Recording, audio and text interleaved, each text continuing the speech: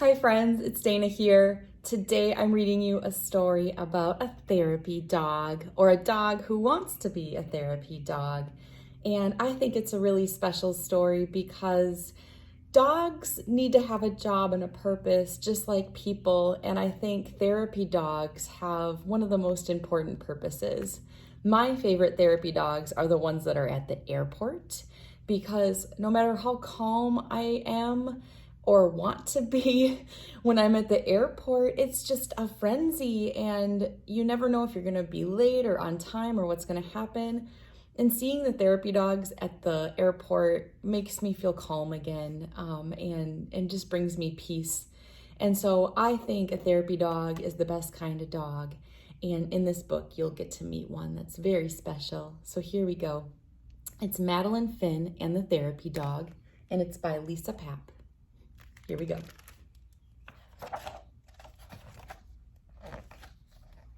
Happy birthday, Star! Is Star ready for his test tomorrow? Mom asks. He sure is, I say. We've been practicing. We practiced meeting people. Hello, Madeline Finn, the postman says. We practice sitting still when a bike goes by. We even practice meeting other dogs. You're going to do great, I tell Star.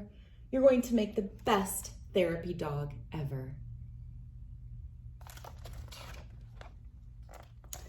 Star doesn't go to a school for his test. Instead, we drive to a place called Walker Oaks. Star will have 3 visits here, Mama says. You can do it, Star, I say. Remember, it's your job to make people smile. Mrs. Dimple and Bonnie are waiting for us.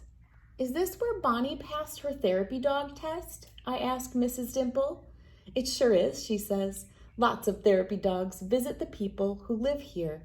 If Star passes his test, he can join them. Inside, we see a man with a clipboard. Hello, Madeline Finn, he says. My name is Mr. Finch. It's my job to see if Star will make a good therapy dog. We've been practicing, I say. Would you like to hold Star's leash with your mother? He asks. Yes, please, I say. First, Mom and I walk Star around the room. Stop, please, Mr. Finch says. We stop. Proceed, he says. I guess that means go because my mom starts walking again. We walk past Bonnie and some other therapy dogs. Star doesn't bark or try to play with them. Good job, Star, I say. Next, Mr. Finch sets pets Star, especially touching his ears and tail. Star doesn't mind. A nurse walks past with a wheelchair. Star is curious, but he doesn't chase it. Finally, Mom and I have to let go of Star's leash and walk away. Star is supposed to sit still, but he doesn't. Instead, he walks across the room. A lady smiles and Star puts his paw on her knee. Mr. Finch writes something on his clipboard, but he's smiling too. Okay, he says, that's all for today. Star did well on his first test, Mom says when we leave. He sure did, Mrs. Dimple says. On his next test, Star will visit with some of the residents. You can do it, Star, I say. Star and I practice all week, especially sitting still when I let go of his leash. Pretty soon, it's time for his second test. Welcome back, Madeline Finn, Mr. Finch says. This time he leads us to a big room. Why don't you and Star go in and say hello? I'm kind of nervous, but Star isn't. He walks right up and smiles. Oh, isn't he the sweetest thing, a lady says. He reminds me of a dog I had when I was a boy, a man says. He gives Star a kiss right on the nose. A lady with a big hat talks about her garden. She even reads Star a letter. Star is a good listener. Everyone seems happy. Everyone except a man in the corner.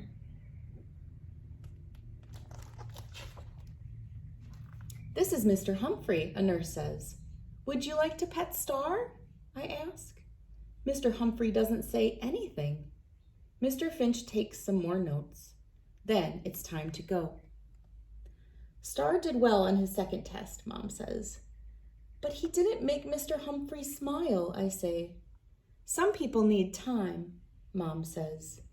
Remember how patient Bonnie was with you when you were learning to read? I think about that all the way home. You make a lot of people smile today, I tell Star when we get home. We have to work on Mr. Humphrey, though. Maybe he likes hide and seek. That might make him smile. Or card tricks. I don't think we can bring tennis balls. Besides, Mr. Humphrey might not have a mitt. Before bed, Star and I practice reading together. You've got one more test, I say. Then I tuck a few books into my bag. Next time we visit Walker Oaks, Mr. Finch is waiting in the hallway. Hello again, Madeline Finn, he says. Today Star is going to ride the elevator. Oh no, I whisper. We didn't practice that. Star is afraid to go in. Then Bonnie gives him a little nudge. The elevator is hot and jiggly and crowded. You can do it, Star, I say. Finally, the door opens. The hallway is busy. Someone drops a plate of cookies, but Star leaves them alone. Mr. Finch writes something on his clipboard. Good job, Star, I say. Then we see Mr. Humphrey.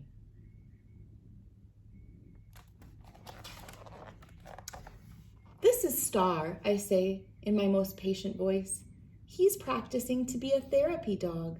Would you like to pet him? Mr. Humphrey doesn't say anything. Maybe he doesn't hear me. Would you like to see my magic cards? I ask after a while. Still nothing. Then Mrs. Dimple calls me over. Madeline Finn, she says, do you remember when you first met Bonnie? I nod. Bonnie liked me right away, even though I was afraid to read. That's right, Mrs. Dimple says.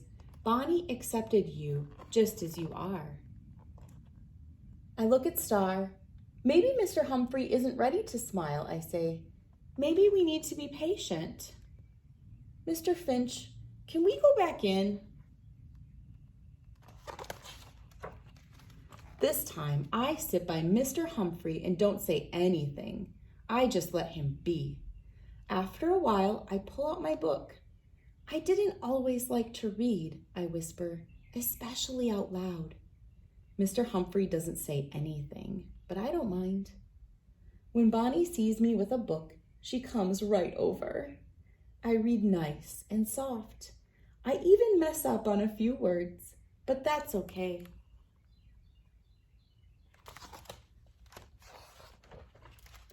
I'm almost to the end of my story when I see Star move closer to Mr. Humphrey. Very, very slowly, Star rests his chin on Mr. Humphrey's knee. Finally, Mr. Humphrey looks at me. My life loved books, he says, and then he smiles. How about another story? Yes, sir, I say. I'm picking out another book when Mr. Finch hands me something. It's a tag for Star. I am a therapy dog, it says. You did it, Star. And I fasten his new tag onto his collar, right above his heart.